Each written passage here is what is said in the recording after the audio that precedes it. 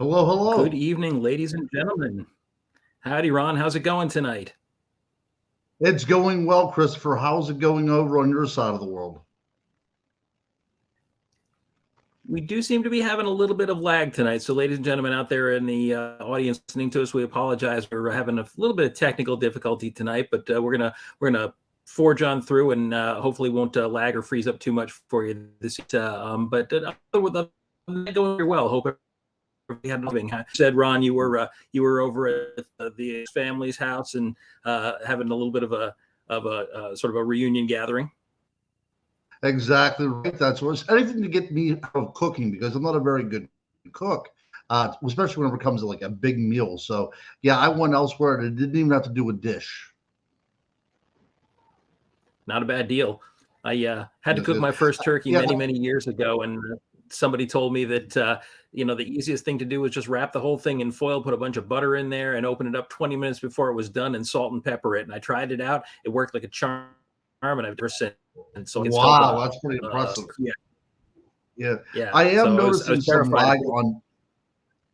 I am noticing some lag on both of ours, so we'll just tell the audience right now. In honor of tonight's show, we're both doing the show from sea, so we're already, we're 150 miles off the coast. So Basically the computer wants to take a nap and is going to be a little on the slow side tonight, but that's no, right. we have a good show for you guys tonight. We did a little thinking because we were trying to come up with a good topic for this evening, and Ken, of course, our man in the chair, suggested the idea of doing something on ghost ships and nautical legends, which is a subject I'm a huge fan of, and we thought that would be a really fun option for tonight. And so we've got some great nautical seaside legends to go over this evening. Yeah, Now, I'm Ron was excited. saying Oh, earlier that you have God. never seen the Pirates of the Caribbean movies, which blew my mind. Yeah, I'm a big Johnny Depp fan, but I've never seen anything of the Pirates of the Caribbean more than just a few minutes of it. I know. I Oh, wow. apologize. I apologize. Yeah. I feel like I Yeah. don't even know you, man. But I will tell you, I don't think it's Shakespeare, so I think I'll be able to follow along. Fair enough. Well, yeah. So I am a huge fan of these nautical stories. Of course, I've been a big fan for many years of the Pirates of the Caribbean films, and most of those movies sort of deal with the supernatural and curses and ghost ships and things like that. So they're very much a big thing of mine. But of course, that's all inspired by real legends. And I'm going to do something a little unorthodox tonight, Ron, if you'll indulge me on this one. And I'm going to actually start out with a story that I think is worth telling. And once we're done with the story, we can kind of break it down a little bit. But one of my favorite old New England legends concerns a pirate who sailed through the North Atlantic back in the 18th century, a man whose name Black Sam. Black Sam came to be called the Prince of Pirates, and he was very known for his uncommon sense of nobility and valor. He was not unusually cruel. He never killed if he didn't have to, and he was particularly well known for wearing his long black hair, which he was very proud of, loose without a wig. Wigs were very common at that time, but he would not wear a wig. He just tied his hair back with a silk ribbon, and so he was considered very dashing. In fact, interesting thing about the story of Black Sam Bellamy is many historians assume that he is the model for the sort of classic pirate image that we tend to think of today. His scarlet frock coat, which he favored wearing, his dashing style, said to the origin entirely of our modern idea of what pirates look like, how they dress, and even an inspiration for the look or design of Captain Hook. But Black Sam Bellamy started out as a very poor young man, and living in England in the very early 18th century, he decided that he was going to sign aboard a ship and go out in search of his fortune. And so it was probably around 1715, 1716 or so, he found himself on Cape Cod. He crossed the Atlantic on a merchant vessel, disembarked in Cape Cod, and landed in a little town called Wellfleet. And while he was living there in Wellfleet, he met a beautiful young woman who was only 16 years old at the time. Her name is said to be Mary or Maria Hallett, depending on which version of the legend you read. But she was a girl from a very good family. Unfortunately, although he tried to pay suit to her, his father, or Mary's father, would have no part of it because he didn't have a career, he didn't have a living. He was basically a penniless sailor and not worthy of his daughter, according to Mr. Hallett. And so the lovers were forced to meet in secret. Obviously, you can't stop true love. So Sam Bellamy and Maria continued to meet in secret until he realized that the only way he could ever marry her and make an honest woman of her was to make his way in the world. And so Sam Bellamy signed aboard a vessel, ended up going out into fortune on the open sea. And it wasn't very long before, as often happened with men in that age, he ended up turning to piracy, because piracy was a way that a man in those days, and for that matter, a woman from time to time, could actually forge a path of their own, forge a career of their own, and potentially rise above their station. And so he did, and he ended up being quite a successful pirate. In fact, Black Sam Bellamy ended up becoming one of the wealthiest pirates in history. Not that that would end up doing him an awful lot of good, but he did. And one of his greatest prizes that he took after a few years at sea was a ship that became a legend, and that ship was called the Galley. Now, it's his prize capture. It was a former slave ship, and when Bellamy and his crew set upon the Witta and captured her, he actually freed the slaves aboard and gave them the option to become a part of his crew, because he abhorred slavery, which is something that was actually fairly common with pirates, because pirates were very much about a free life, and any man was welcome aboard a pirate ship. It was kind of a scandal back then that this was, white men consorting with what some people considered to be savages, but the pirate credo suggested that slavery was completely unacceptable. So he had a crew made up of freed African slaves, Indians, white men, and any others who were willing to join. Now, when Sam found himself down in the Caribbean searching for treasure, he became richer and richer as every month went by. He, as they say, became one of the most successful pirates of his era. But meanwhile, back in Wellfleet, young Mary Hallett had a little bit of a problem. The first was that she was no longer able to hide the fact that she was carrying Black Sam Bellamy's child. Obviously, their marriage or their union had been unsanctioned. They were not married. And while Black Sam was out there making his fortune, her belly was growing day by day, and it was quite a scandal. She was outcast from her family. And so every day it said that she would go out to the bluffs and she would look out over the sea and wait for the sails for her lover to return. Sadly, that never seems to have happened. And as the about 2 or almost 3 years went by, Maria Hallett, eventually her love turned to rage, because she had her child, and the winter of that first year was so bitter and so harsh. She was forced to live in a small cabin with almost no support, and her young child died. This turned to rage, and it turned to grief, and they say that it was so strong and so powerful that standing on that cloud, she summoned a great storm, a tempest that blackened the skies over the Cape. What we didn't know is that that was the very day that Sam was returning from the sea. So those waves battered the Witta Galley and sent the ship and its entire crew, including Black Sam Bellamy, to their death. Since Hallett has always been known as the Witch of Wellfleet. She died alone, and she died shunned by the town, who believing that had these supernatural powers. But since that time, her ghost is said to wander the bluffs at Wellfleet to this day, still searching for her lost lover who never returned. As for Sam Bellamy, it's said that he is out there as well, that Sam Bellamy and the Witta still sail out there in the stormy seas off of Cape Cod, always looking to return to home port and never able to reunite with his lover. So this is a story I've been fascinated by ever since I was a kid. And one of the fascinating things about this story to me is that a marine archaeologist by the name of Barry Clifford back in the 1980s was under the impression that there was probably some element of truth to this story. And so he launched a project to try to locate the Witta Galley. And remarkably, in 1984, he did just that. So this is a really remarkable story, because it was the very first pirate ever discovered and excavated, which is something that had never happened before, and it remains quite a treat in archaeology. Now I have Yeah, and from what I gather, a slide there's a here. lot of treasure that's I coming out from apologize. that. There is, yes, an actual slide of this in my haste to get some of these things to have missed it, but it is very true that there's actually a pirate museum on the Cape Cod. I think it's in Falmouth, that has treasure from the Whydah Galley. It has artifacts, it has guns, it has pieces of clothing, silver buckles, and things like that. And there is literally millions and millions of dollars of treasure that have been salvaged. Even the role of the ship was salvaged and is there on display. And so again, it's a remarkable story because it is a story of very first pirate ship, and because they were able to recover all of the treasure from the ship, because Black Sam and his crew never had a chance to spend it, having capsized in that hurricane. They know that he was incredibly by the standards of those days. He had basically made himself a millionaire in a short period of about 3 years, and was in fact on his way to return to Wellfleet when the ship was destroyed. And so, I mean, when a legend comes true like this, I think it's remarkable, and the kind of thing that it just seems that rarely happens in life, when a legend turns out to be, as far as we know, quite completely true. I mean, whether Maria Hallett was a witch or not, we can't say that for sure, but most of their story appears to bear out. Wow. Yeah, telling that story, I've always wanted to be a pirate as well, too.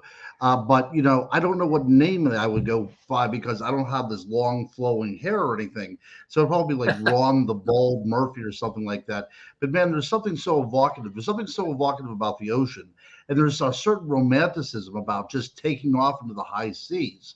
And then whenever you pair it with these great ghost stories, what's not to like about it? I would love to see a movie made of this. I think it would be a great film. It's been immortalized in some ways. In fact, there's a film that some of you might be familiar with called Practical Magic, which is actually a story about witches in a family of witches in Massachusetts. But the opening scenes of it talk about the heritage of the family and a young girl named Maria whose lover disappeared on her, left her with child, basically left her forlorn, and her love ends up turning into a curse. And when you read through the book and you watch the movie, all the names from the original story appear. And so while they don't ever specifically name Black Sam Bellamy, this story is basically about Maria and the curse that ends up following her family. So I think it's a fascinating story. But also there's a Netflix series that's called, I believe, The Lost Kingdom of Pirates. And it's a documentary, but it dramatizes the events. And they also tell the story of Black Sam and Maria among the many other pirates of the time. So in some degree it's been made, but I think that honestly a great film could be made of the story with the supernatural elements, the romance, and everything else. I think it'd make a phenomenal film. Oh, right. Absolutely. Absolutely. Yeah. One more question though, before we move on. So the whenever he freed the slaves, do you know how many remained with him as part of his It's crew? It's hard to say. Sam Bellamy actually had a fleet of ships. He had become powerful enough as a pirate that he basically, when they call him the Prince of Pirates, they weren't kidding. He had an entire sort of retinue of secondary captains that served underneath him. And when he was traveling north to return to Cape Cod, he actually had a fleet of ships with him, and all of them but one were wrecked. There was one that actually stayed behind, and it contained his uncle, a fellow named Palsgrave Williams, who lived on Block Island, a little bit south of Rhode Island. And he stopped off to see his family there and was supposed to join back up with Sam on Cape Cod. But because he stopped off on Block Island, didn't come immediately, his ship was the only one that was spared. But because there were multiple ships, there would have been multiple ships for the enslaved Africans to join up with. And if they didn't join up, they weren't executed or thrown overboard or anything. They were often given an outcast or like a discarded ship, because they would have smaller ships, they would have larger ships in their retinue, and so it said they were often basically the people that wouldn't join them were given a small vessel and allowed to go free. That was something that was not completely uncommon with pirates, but was particularly common with Black Sam, who again had this extraordinary reputation as a man of generosity and and sort of compassion, which is strange in what we think about with pirates. We tend to think of pirates in a very villainous way, but truthfully, most of these were just men in search of a life of their own. In an age when rising above your station, if you were born poor, it was unlikely you would ever be anything but poor. No. Right. Now, do they ever report the ghost ship, the Wada, nowadays? I mean, have you heard anything recently about it? I haven't heard any recent stories about it. It's a story that, like most ghost stories, it's told mostly through, personal anecdotes. And so I don't know if there's any official sightings, although in some of the stories we're going to talk about later, we do have some really remarkably eminent people who've cited some of these ghost ships out there. But the Witta, not so much. She's certainly said to patrol the waters out there. A lot of people do claim that they've seen the ghost of Maria Hallett out on the bluff, but I don't know if there's any official or recent sightings of the Witta. I was actually in Cape Cod in 2018, because 2018 was the 300th anniversary of the destruction of the ship. It went down in 1718. And I was up there kind of hoping that, being the 300th anniversary, I'd get a sighting of the ship, but not so much. I did get to go to the museum and see quite a few of the artifacts left from the ship. If anybody out there has any interest in this kind of thing, I'd highly recommend to go. It is a remarkable thing to see these artifacts, like something straight out of a movie, from this incredibly wealthy pirate ship. One of the reasons that the ship ended up so well preserved is because when it was struck by the wave that took it down, the ship had in ballast of a large number of cannons, and those were used for ballast on the ship just to keep it upright, because the gold and the treasure that they had, it was worth a lot of money, but it didn't have a great deal of weight to it. And this was primarily, a ship that was designed to have a lot of cargo. So the cannons in ballast, the entire ship flipped completely over, but the cannons, which had now been in the hull of the ship, smashed down through the successive decks and pressed what was above them now, because it was above when the ship was upright, but now below them were the people, the equipment, the treasure, and everything, basically held down to the seafloor by the wood and by the weight of these cannons. And so nobody had ever been able to recover any of it, and most people didn't know where it was. It wasn't until the 1980s when Barry Clifford had brought his team out there, and they'd been looking for the wreck of the Witta for years. And this is a kind of a remarkable part of the story. They had interns that were working with them, and one day, after they'd been searching for years, they'd had clues, but they never actually found any definitive proof of the Witta. And they were out there, and one of their interns came up and said, "I think I see something down there that's a cannon." And the rest of the folks on the boat said, yeah, cannon, whatever, just get on the boat. We're done for the day. They were exhausted. It had been a long day. And he said, "Listen, just one person, just come down with me, dive down with me, just one more. We'll do it in 15 minutes. And because of who he was, because this intern happened to be somebody of a notable family, they decided to do it. So they sent a diver down with him, and they came up with news that this young man had found a cannon. And all of a sudden, they realized they were onto something. It was indeed a cannon from the Witta they'd found, and it was the moment of discovery that led them to find the ship. And the young man who found the cannon was John F. Kennedy Jr., JFK's son. Wow. I had no idea. No idea. Yeah. Now, interestingly enough, where did his plane go down?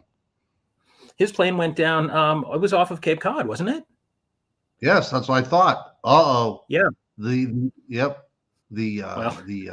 ghost of the curse may in fact have struck after all. Who's to say? Gosh, hadn't even thought about that. That's an interesting observation there. So, but the story of the Witta again. Continue. Yeah, this was in water that wasn't too deep then, right? We're talking about 40 feet of water. I don't know the actual depth of the water that was there. I mean, it wasn't tremendously far offshore, but I mean, it was enough that it required a scuba team, and certainly it was a reasonable depth, but it was shallow enough that they could get to it without heavy duty equipment. But it was deep enough that casual divers would not run across it by accident. And as I say, in a kind of a remarkable turn of events, just because of the way the ship was destroyed, unlike most other shipwrecks, it had not been picked over. Nothing had been touched. Everything had been held underneath the silt and the sand for 300 years. Yeah, it's remarkable. Wow. Christopher, you're a wealth of information. I think that you need a super chat tonight. Yeah. I wouldn't be bad, of course, folks. I'm sure you all know that, as we mentioned last week, we are now open for tips. If anybody's interested in offering tips, and those kind of things always help us in what we do and keep us going here. Any sort of donations always help. We are going to be monetized. We'll be having some advertising. We apologize about that, but that's kind of part of the game here on Monday Night Monsters and the other shows here on Dead Air Full Spectrum. But yeah, so if anybody wants to help support what we do, we are always open to that. Obviously, never a requirement, but always very, very welcome. From the WIDA, I want we're kind of like PBS with ghosts. Talk about and this. I think we are. Oh, the PBS has their share of ghosts too, which I'm very happy about. There is another story, one that I think that almost everybody knows the name of, and we're going to be talking about now a ghost ship of a little bit of a different sort. This is a ghost ship in a little bit more of a mundane sense, but still one of, I think, the greatest mysteries of the 19th century. And I imagine all of you are familiar with at least the name, if not the story, of the ghost ship, the Mary Celeste. Now, is this one you're familiar with, Ron?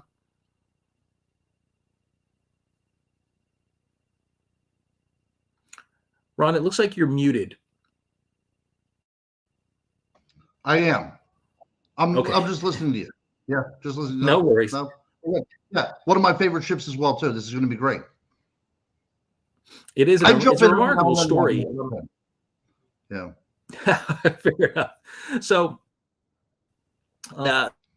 this of 1872, the crew of a ship called the Dei Gracia was actually crossing the Atlantic, and just off of the Azores, the little islands, Portuguese islands off the coast of Africa, they spotted a brig that appeared to be adrift, and that brig turned out to be called the Mary Celeste. She was a brig out of Boston, and when they signaled her, they got no response from the signaling and eventually decided to board the ship and see what was happening with her. They climbed aboard and they found that the ship was structurally still completely intact, no obvious damage. All of the lifeboats were present.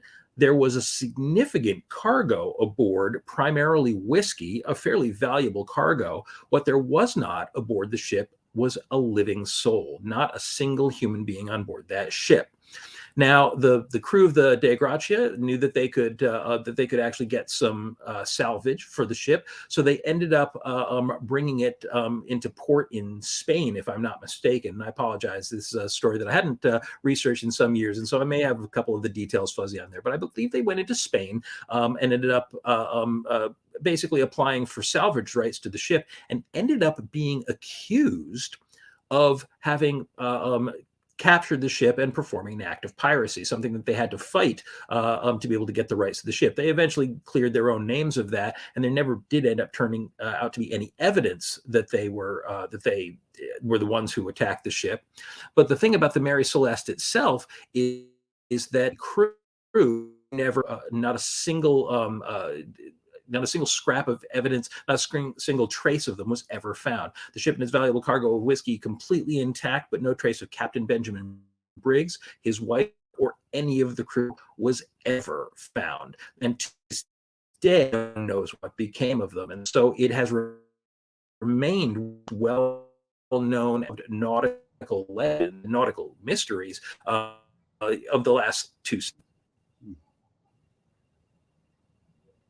Yeah, I remember first hearing about this. One of the things about the Mary Celeste. Sorry, we're just having some lag problems here, my friend. Yeah, but it's all good. But I was just saying, the first time I ever heard about the Mary Celeste was on an In Search Of program, and whenever I first watched this back in the 70s, they said that whenever people came to the ship, the coffee was still out. And it was still hot. You could still see the steam rising from it. So it disappeared.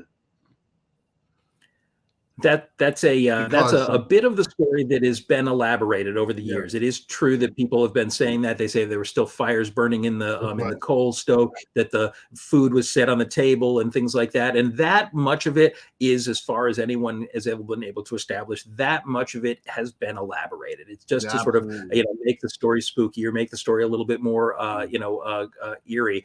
there doesn't appear to have been any of that. But I will tell you that everything on the boat, including the personal belongings of the crew, were all still where they belonged. And one particularly chilling thing is that because the ship had probably been adrift for a little while, everything on the vessel was fairly damp. And they said that on the beds, you could still see the impressions of people who had been sleeping there as though they just vanished and hadn't even climbed out of bed, which is quite eerie considering the circumstances. In fact, the only damage to the ship was to its navigation equipment. The glass covering the compass and the binnacle, which housed their navigation, had been completely smashed, but nothing else damaged around it. So again, a very, very curious case.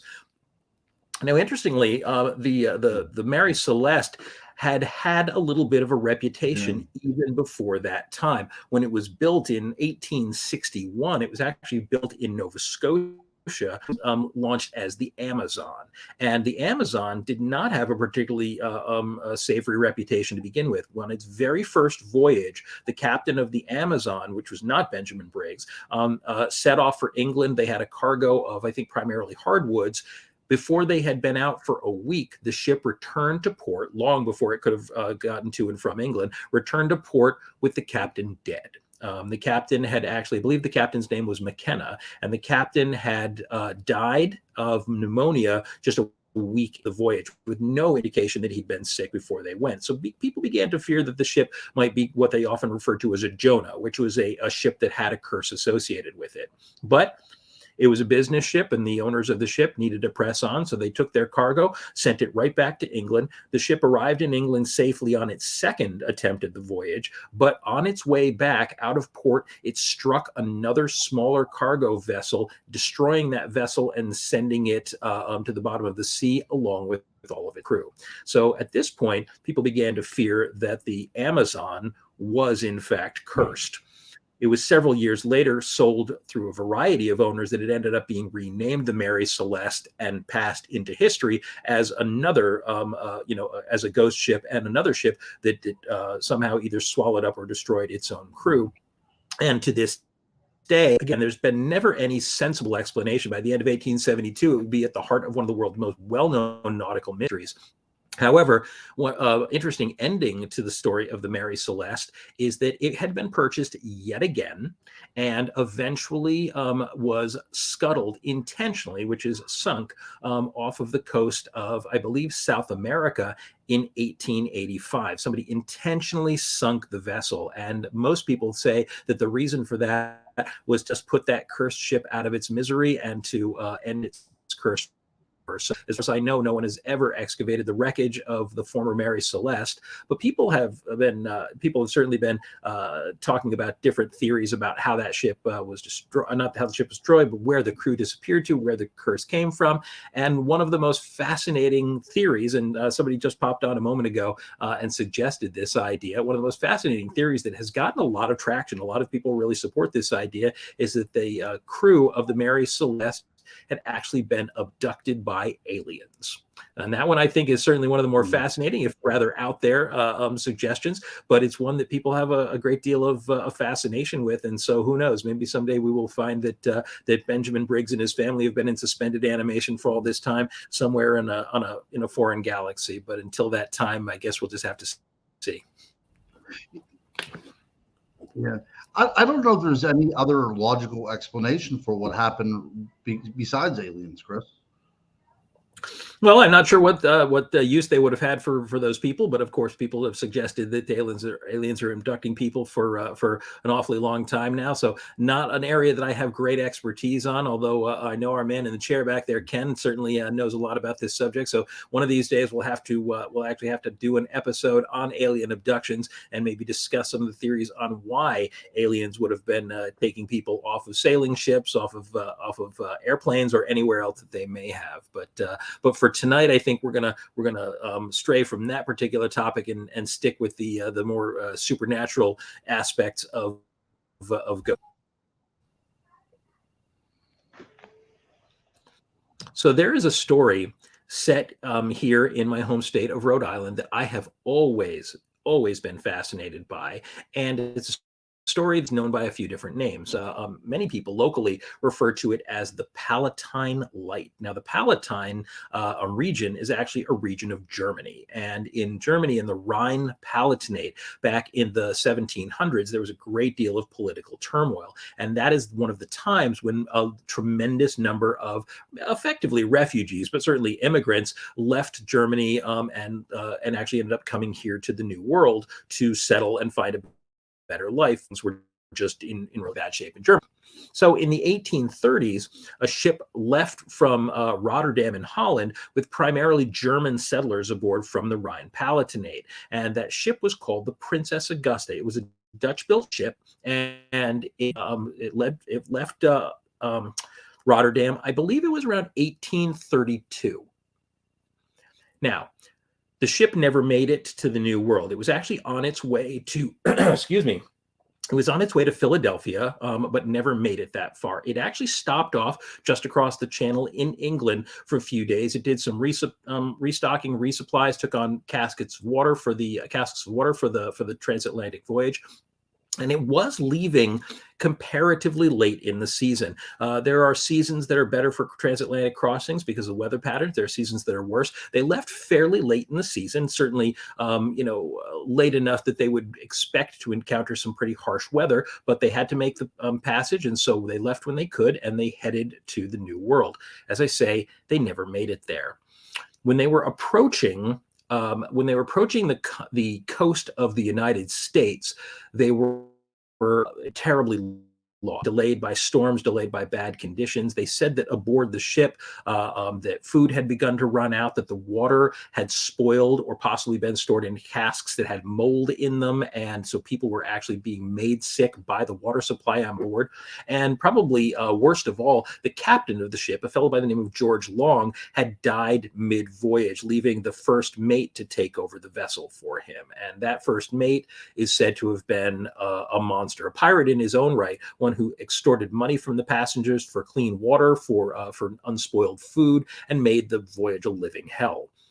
They ended up, as I say, very, very delayed. But when they finally approached the coast of the United States, they were well off course. And at that point, any port would do. They'd been at sea for so long, they just needed to dock anywhere to restock, get medical attention, what have you. So it was actually on Christmas Eve of that year, in fog peppered with snow, that they spotted a light in the distance and realized that they might well be saved. And so they headed for that light and ended up crashing into the rocks on the northern tip of an isolated little island a little bit off the coast of Rhode Island called Block Island. We were just talking about Block Island a few minutes ago when we were talking about the story of the Whydah, but they crashed on the northern tip of Block Island. They didn't know where they were at the time, but they do know that as soon as they crashed, they saw lights coming down from the hillside, and they hoped that it was people that were coming to help them. And it turns out many of the people of Block Island in those days survived as wreckers. Wreckers were people who profited from the salvage of damaged or beached ships. Now, this was a legal profession. You could profit from the salvage of these ships. However, it was only if the ships wrecked under their own power. Unfortunately, there were people that they often referred to as moon cussers. Moon cussers because a moonlit night was bad for them because people could see where they were going. But a moonless night was perfect because a ship could easily be lured off of its course. It said that these moon cussers lit a false signal fire, lured the ship onto the rocks, then swarmed the ship, stripped everything left of value on the vessel, and left the people there to die. At some point during the night, either a fire was lit, possibly they lit the wreckage to cover the evidence of their crime, possibly the fire broke out on the ship. Nobody knows entirely, but the last anyone ever saw of the Princess Augusta was the burning wreckage disappearing beneath the water off of the northern tip of Block Island. And that, realistically speaking, should have been the Princess Augusta, but not to be, because a year later, once again on Christmas Eve, on the anniversary of its destruction, people spotted a brig off the northern tip of the island under full sail, and she looked like she was out of control. They say they looked like she was coming straight for the northern tip. She was going to crash, but before she reached the shore, she burst into flame and vanished beneath the waves. The wind started to howl, and all of a sudden the island was struck by a horrendous storm, the kind of storm that ripped the roofs off of houses and drove ships in their harbor to the bottom of the sea. And people began to whisper that the Princess Augusta had come back for vengeance. She continued to return every few years, they say, until the very last of the wrecker's own grave. But even after that, she would continue to return sporadically, usually as a woman of a terrible disaster at sea, some great tragedy, a killing woman of the sea. Now, this is a story, as I say, that I've grown up loving. People have claimed to see the specter of Block Island, or what they often refer to as the Palatine Light. Of course, because the people on board were Palatines, they referred to it because you always see it like St. Elmo's fire. This greenish blue fire off the coast of the island usually comes up in great spiraling columns like the three masts of a ship, and always as an omen of some terrible death at sea. And this has been seen by doctors and physicians, politicians. A fellow named Aaron Wiley, who was a very, very well-known and respected physician, wrote a letter to one of his friends because he used to summer on the island and talked about having seen the ship. So there are a lot of recorded sightings of the Palatine Light or the Princess Augusta. In fact, there are so many sightings that it often leads people to wonder, is it in fact a ghost ship, or is it some natural phenomena that people are reporting that simply mimics the appearance of a ghost ship that's been fooling people all these many years? It's gotten to the point where the question is not, is there a Palatine Light, but rather, what is it? Is it supernatural, or is it in fact some kind of a natural phenomenon? Yeah, I want to have to go with aliens again. Mary Beth said aliens, portals, and Bigfoot. So we'll go with that until anything else comes in.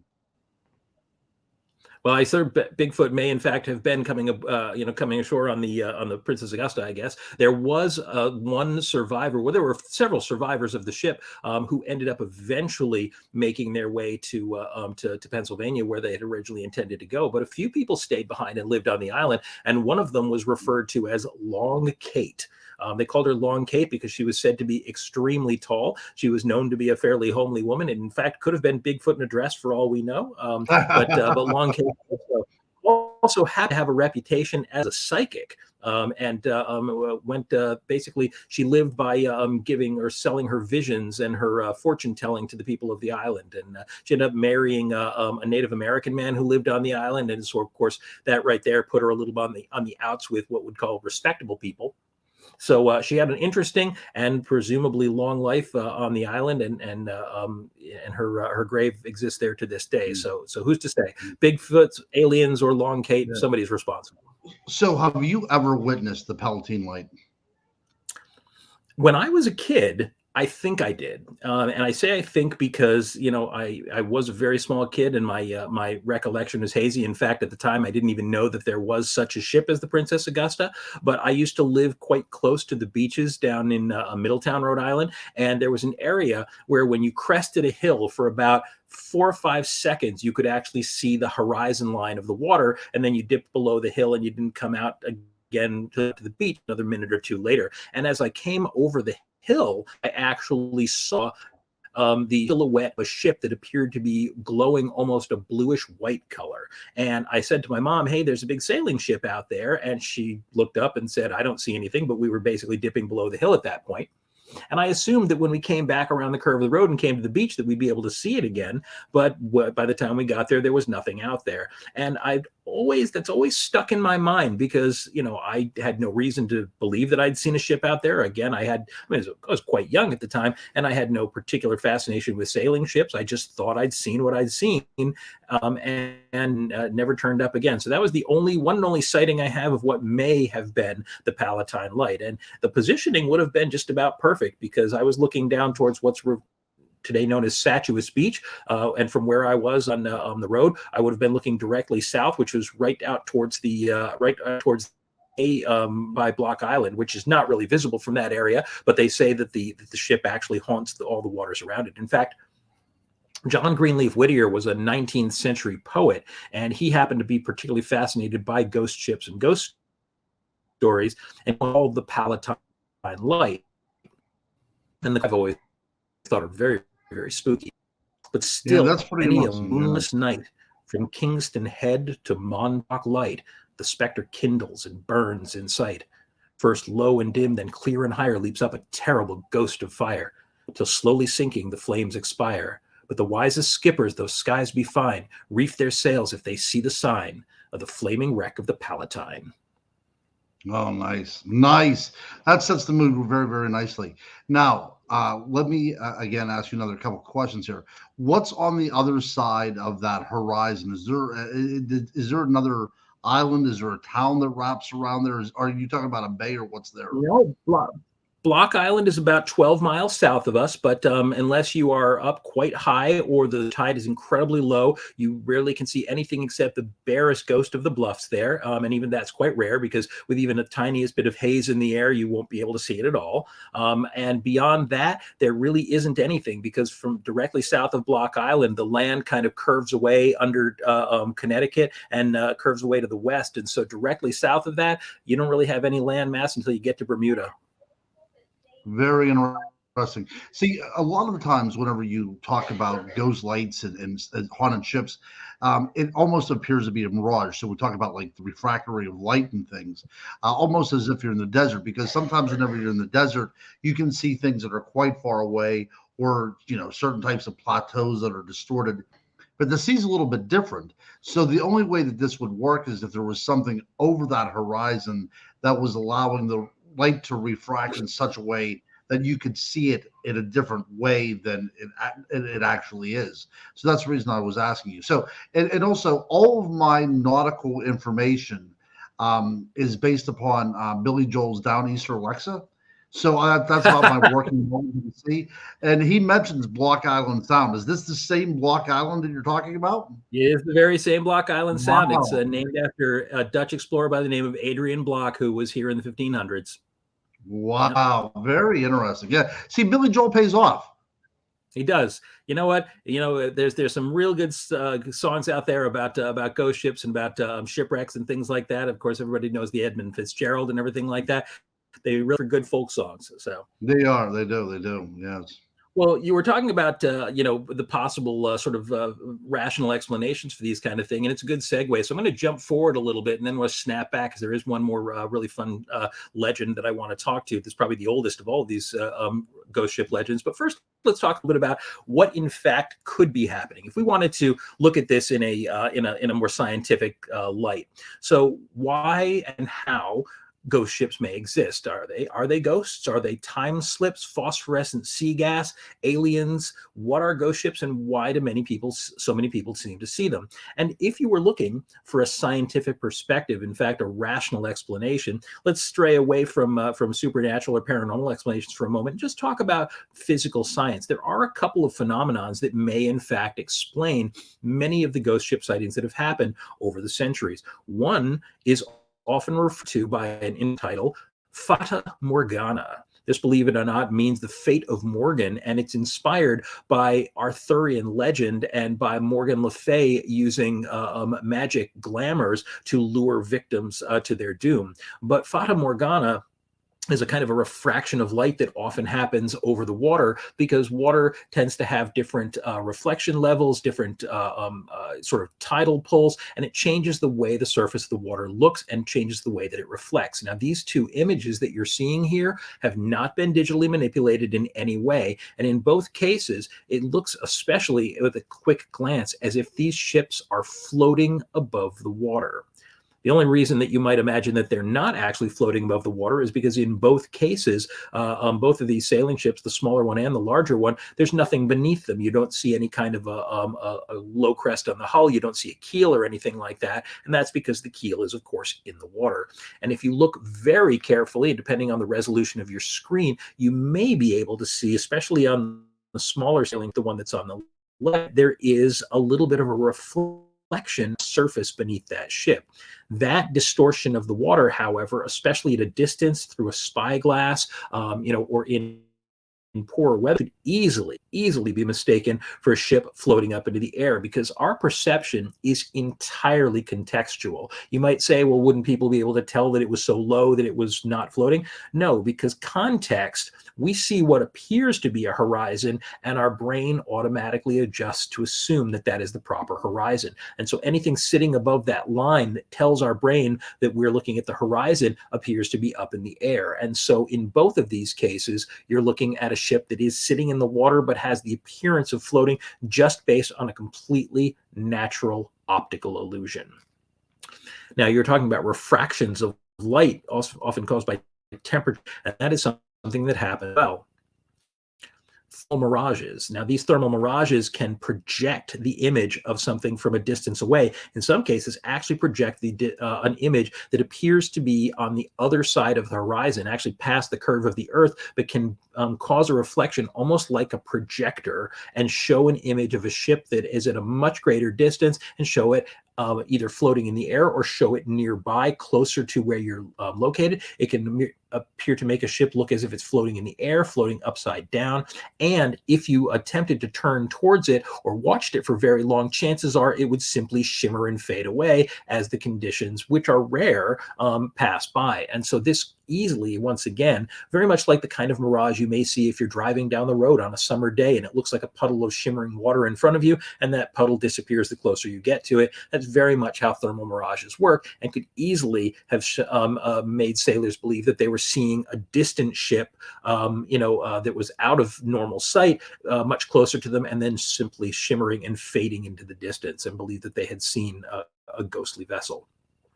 Last but not least, something that, again, some of you may have experienced if you've ever been hiking or mountain climbing, or for that matter, if you've ever looked out the window when you were flying in an airplane and the sun was on the far side of the plane, you may have seen what's often referred to as the Brocken specter. Now, this happens when you have basically this glowing corona forms around your shadow. It's just an effect of an optical illusion. It's an effect of having the sun behind you, projecting your shadow into haze and kind of creating this image or shadow. And I've been on a plane and seen what looked like a shadow plane flying beneath us, but you would always see this corona around it, again, suggesting that this is more than the Brocken specter effect and a completely natural function of the light. In fact, even if you've ever stood and held a spray hose in the summer and gotten that corona effect that happens with the rainbow, you're seeing something that is a little bit of a similar idea. The water particles in the haze pick up that light, refract it back to you, and you have this ghostly figure, which can appear to be a person, it can be a vehicle, and it absolutely be the image of a ship as well. So all of these are very, very reasonable, natural explanations for why a person might see the ghostly image of a ship projected above the water, floating above the water, or easily vanishing as though it had.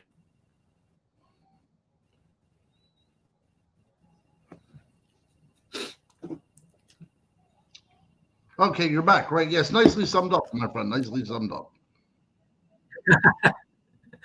Sorry about that. I know I can rattle on a bit tonight. Thank you, by the way, for indulging me again tonight, folks. This is a subject that's been a real big pet, a topic of mine for a long time, and so Ron has been very gracious in allowing me to prattle on like a fool tonight. So. Oh no, this is fantastic. I'm learning a lot from this, and I'm glad that I'm part of this. This is great. But any of you listeners out there, please, let's get a super chat in here for Christopher so we can get him a modem. Yeah, this freezing up is definitely something that we've got to get a handle on. Sorry about that, guys. So there's one more incredible story, one more absolutely wonderful story that I want to share, and it may be the oldest, or at the very least, certainly the single most famous ghost ship story throughout history, and that would be the incomparable legend of the Flying Dutchman. Flying Dutchman is the most famed and most feared of all phantom ships, a bringer of death and misfortune, captained by a damned soul and cursed to sail for eternity in an endless storm, never reaching home port. Now, most people these days who are familiar with the story of the Flying are familiar with it from the Pirates of the Caribbean films. The ship, the Flying Dutchman, is featured in three of the five Pirates of the Caribbean films. And in the first couple of movies, this is the story of a captain by the name of Davy Jones. But this is actually not part of the real Flying Dutchman legend. The story of Davy Jones actually exists completely separately. It's a myth of a sort of a sea devil. And the sea, you've often heard people say, sending somebody down to Davy Jones meaning basically pushing a person overboard or watching a person drown. And when they get down there, they're captured by this devil of the sea, Davy Jones. But Davy Jones has no connection to the original Flying Dutchman myth. I believe that when the script writers were making the film, they just thought that he'd make a more interesting captain and maybe one with a little bit more storytelling sort of clout than the actual captain of the Flying Dutchman in the old legends, who's said to have been basically a crotchety old captain who cursed God because he was trying to make the Cape of Good Hope on the southern tip of Africa, just south of Cape Town. And that is an area of the world that is absolutely notorious for being beset by terrible storms almost all year round. There are very small windows of time when you can safely navigate around at the Cape of Good Hope, but it was a very important trade route. So a lot of people tried to make it. Sometimes their ships were destroyed. Sometimes they made it through, just driven back.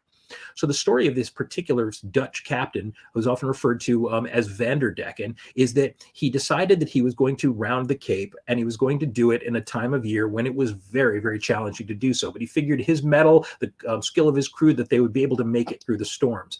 They made the attempt and they were driven back. They made the attempt and they were driven back again and again and again. For months, they attempted this and constantly driven back. He wasn't willing to give up, and eventually he cursed at God. He shook his fist to the sky and he said, by the Almighty, I will continue to make this voyage, and I will make it around the Cape if I have to do it until Judgment Day. However, if you know anything about old legends, most of them tend to be morality tales. And for his hubris and for actually challenging the sort of the will of God, they say that an angel appeared on the deck of the ship, pointed at Captain Vanderdecken, and said that if he was willing to sail till the end of time, until Judgment Day, that he would get his wish and that he would be damned along with his crew to sail for all eternity for that hubris. And so since that time, the story of the Flying Dutchman has been a very, very folk tale, not just down by the Cape of Good Hope, but all over the world. It's said that the ship ranges the world and ranges the water.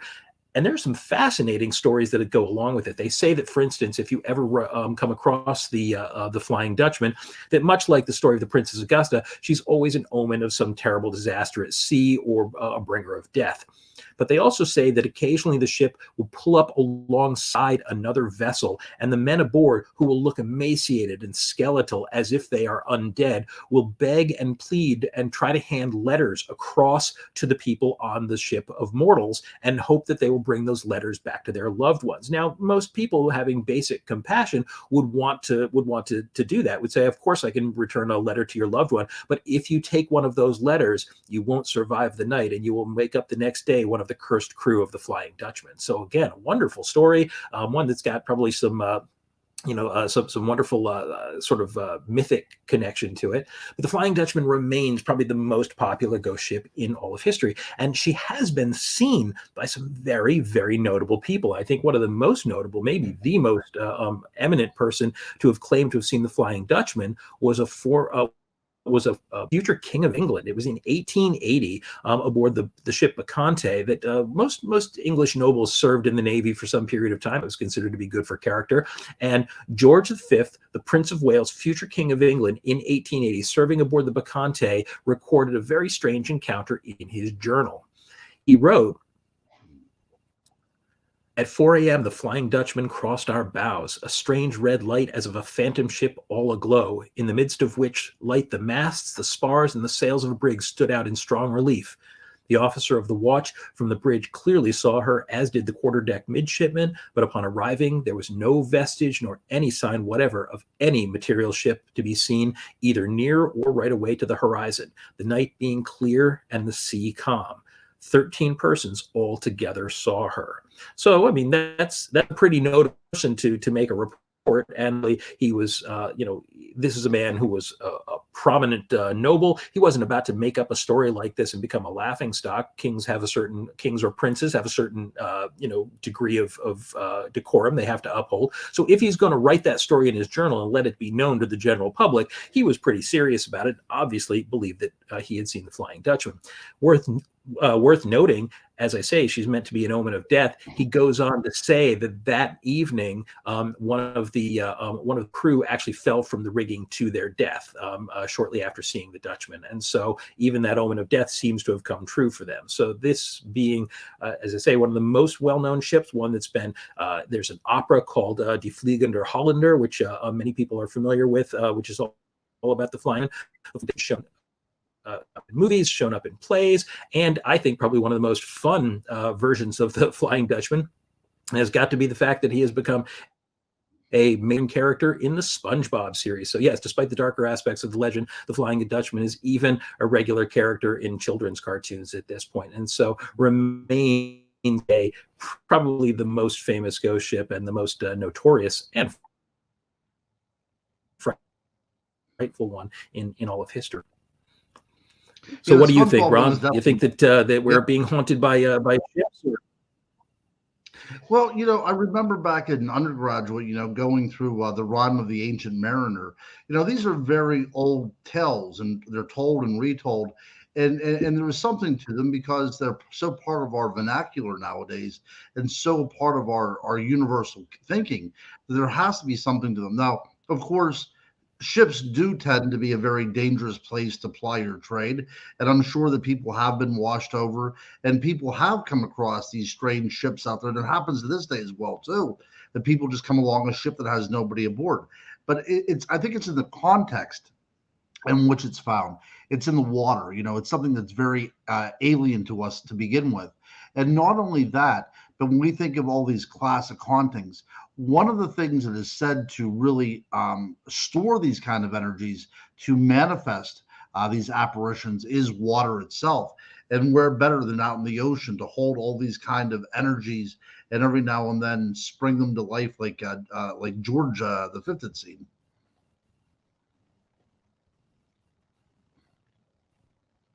We still all there? It's interesting to think. I mean, I believe that. I'm here. Sorry. Again, thanks again for being patient with us. And we're trying to get these techniques worked out. But yes, I'm fully in agreement about that. I've often thought that it's interesting, the idea of inanimate objects having ghosts. I believe that ghosts are memories, and that a memory can be stored anywhere and in anything. And the idea that with enough people, especially on a ship, the ship becomes their home. It becomes their entire world. So the idea that their souls basically would sort of take on the form of that ship and almost create a communal haunting, and these ships would be able to rise from the seabed. There's a wonderful story. We only have a minute or two left. And I didn't want to, we have plenty of other ghost ships we could talk about throughout the course of the evening, but we have another one from my hometown of Newport, when back in the early 1700s, about 26 pirates, known as the Pirates of Gravelly Point, were hung for the crime of piracy.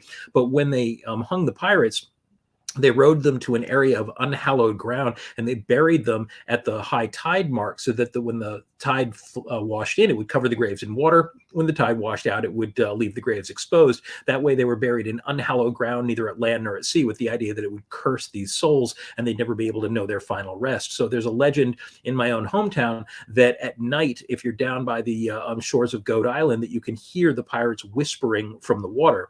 But even better than that is the fact that the ship, the Ranger, that they were captured off of, went down in our harbor and is supposed to be down there somewhere. But they say that on the nights that you can hear the pirates whispering, that the Ranger actually rises from the seabed with not a soul aboard and slips through the fog, listening for the cries of her lost crew.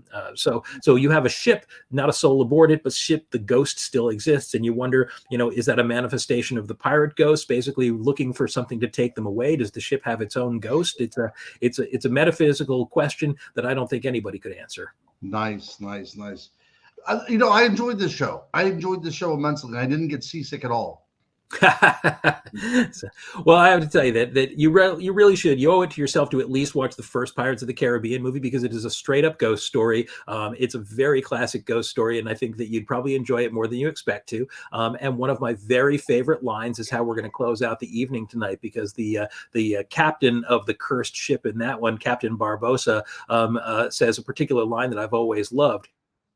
He's a young woman, and he says to her, "You'd best start believing in ghosts, Mrs. Turner. Ghost stories, Mrs. Turner. You're in." I think there's no more fitting close for an evening like this. So once again, ladies and gentlemen, thank you for joining us this evening and for putting up with some of our technical difficulties. We'll see you again next Monday on Monday Night Monsters. And until then, have a spooky evening.